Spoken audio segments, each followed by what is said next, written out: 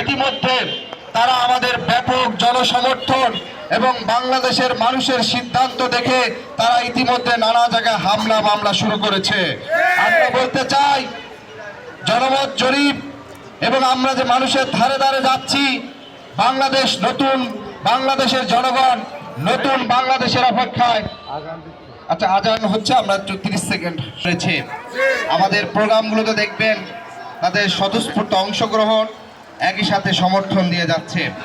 আমরা লক্ষ্য করেছি যে বাংলাদেশের জনগণ যখন দুর্নীতিবাজের বিরুদ্ধে, সন্ত্রাসের বিরুদ্ধে, চাঁদাবাজের বিরুদ্ধে কিন্তু তাদের অবস্থান গ্রহণ করে ফেলেছে। এবং আমরা গত 2 দিন আগে টিআইবির একটি রিপোর্টে দেখেছি যে গণ অভ্যুত্থান পরবর্তীতে বাংলাদেশের মানুষ পূর্বের মতন আগে যেভাবে আওয়ামী লীগ বিএনপি নিজেরা পরস্পর মারামারি করত, সংঘাত করত, সেই সংঘাতে রাজনীতি দেখতে চায় না। আগস্টের পরে আমরা যেটি দেখলাম যে 100% সংঘাত সহিংসতার মধ্যে 91% টিআইবি রিপোর্ট মতে বিএনপি তার অন্তকন্দলের মধ্যে সহিংসতা করেছে 91%।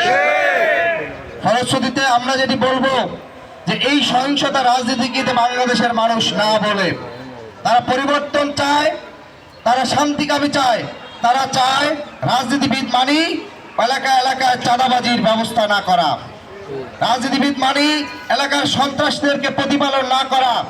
ফলে বাংলাদেশের জনগণ এই ভোটাধিকার মানবাধিকারের পক্ষে অবস্থান নিয়েছে, যার কারণে আমরা দেখেছি ইতিমধ্যে নানাভাবে নির্বাচনী আচরণবিধি লঙ্ঘন করে তারা নির্বাচনী প্রচারণা শুরু করেছে।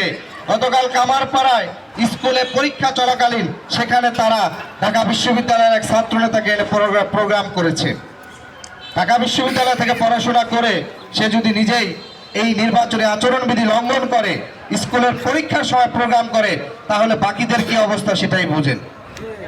একই সাথে আমরা দেখেছি আমাদের দোবাদিয়াতে যখন আমাদের মায়েরা, আমাদের নারী সহযোদ্ধারা যখন প্রচারণা করেছে, তখন তাদেরকে সেখানে নানাভাবে বাধাগ্রস্ত করা হয়েছে।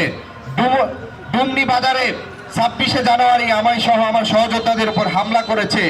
এখনো বেশ কয়েকটি জায়গায় 48 নং ওয়ার্ডের কয়েকটি জায়গায় আমাদের জন্য যারা আচরণে কাজ করছে তাদেরকে বাসায় বাসায় গিয়ে হুমকি দেওয়া হচ্ছে।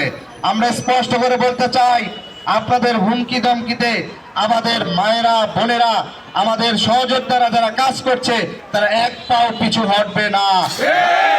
প্রত্যেকটা হুমকির বিরুদ্ধে আমরা গণপ্রতিরোধ গড়ে তুলব। একই সাথে 12ই ফেব্রুয়ারি আপনারা সবাই ভোট কেন্দ্রে যাবেন।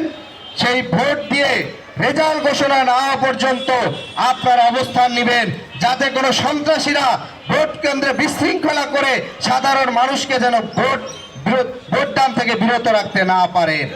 আমরা বেশ কয়েকটি কেন্দ্র দেখেছি যে কেন্দ্রগুলো দখলে তারা পায়তারা করছে। গতকালকে আমাদের একটি বাংলা ভিশনের অনুষ্ঠান হইতেছিল, সেখানে এক ভোটার প্রশ্ন করছে যে একটি দল অভ্যুত্থানের পরে চাঁদাবাজ, দুর্নীতিবাজ এবং সন্ত্রাসীদের প্রশ্রয় দিচ্ছে, তারা ক্ষমতায় আসলে তো আরো বেশি এগুলো বেড়ে যাবে। আমরা দেখলাম বিএনপির গলায় কাঠ ঝুলানো, তারা হঠাৎ করে খেপে গেলেন, ভুয়া ভুয়া শুরু করলেন। তিনি তো কোনো দলের নাম নেন নাই, তাহলে সন্ত্রাস চাঁদাবাজ বলে কেন তাদের গায়ে লাগবে? ওই যে মানে বিষয়টা হচ্ছে সন্ত্রাস চাঁদাবাজ এটা তাদের নিজেদের করে নিয়েছে, ফলে জনগণ কিন্তু সেটার বিপক্ষে অবস্থান নিয়েছে। আমরা আরেকটি বিষয় বলতে চাই, আমরা ঢাকা 18 আসনের জন্য ইশতেহার দিয়েছি। সেই ইশতেহার হচ্ছে পরিকল্পিত, নিরাপদ এবং ইনসাফের নগরী প্রতিষ্ঠা করা, দূষণ, দুর্নীতি, চাঁদাবাজ মুক্ত, ইনসাফ ও মানবিক নগরী নিশ্চিত করা। ইনসাফের নগরী কিভাবে প্রতিষ্ঠিত হবে?